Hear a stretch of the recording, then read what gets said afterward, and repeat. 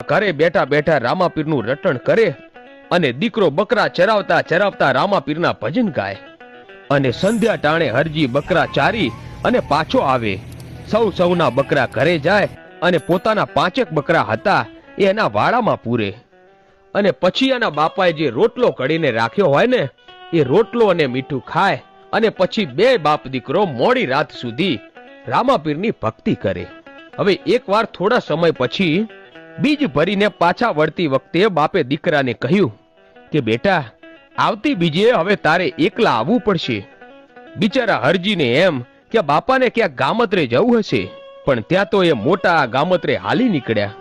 પિતાના અવસાન પછી હરજી સાવ એકલો થઈ ગયો અને થોડા દિવસ તો તે સૂન મૂન થઈ ગયો, પણ પછી એ તો વળી પાછો બકરા ચરાવવા વગડે જવા લાગ્યો અને આમ થાતા થાતા બીજા 5 વર્ષ વીત્યા અને હરજી 18-20 વર્ષનો થયો અને દુનિયાની જરાય પણ ચિંતા નથી.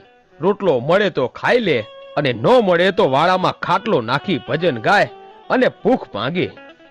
હવે રામદેવજીએ વિચાર કર્યો કે હરજી પાટી ઘણા વર્ષથી મારી ભક્તિ કરે છે, હવે એનું દુઃખ મારે ભાંગવું જોઈએ, પણ પહેલા કસોટી તો કરવા દે. ભક્તની અને ભગવાનની આજ તો ખૂબી છે. ક્યારેક ભક્ત ભગવાનને એવા સંકટમાં મૂકી દે છે કે ભગવાનને ઉગાડા પગે દોડવું પડે છે અને ક્યારેક ભગવાન ભક્તની એવી કસોટી કરે છે કે જેવા તેવાના તો કાળજા કકડી જાય.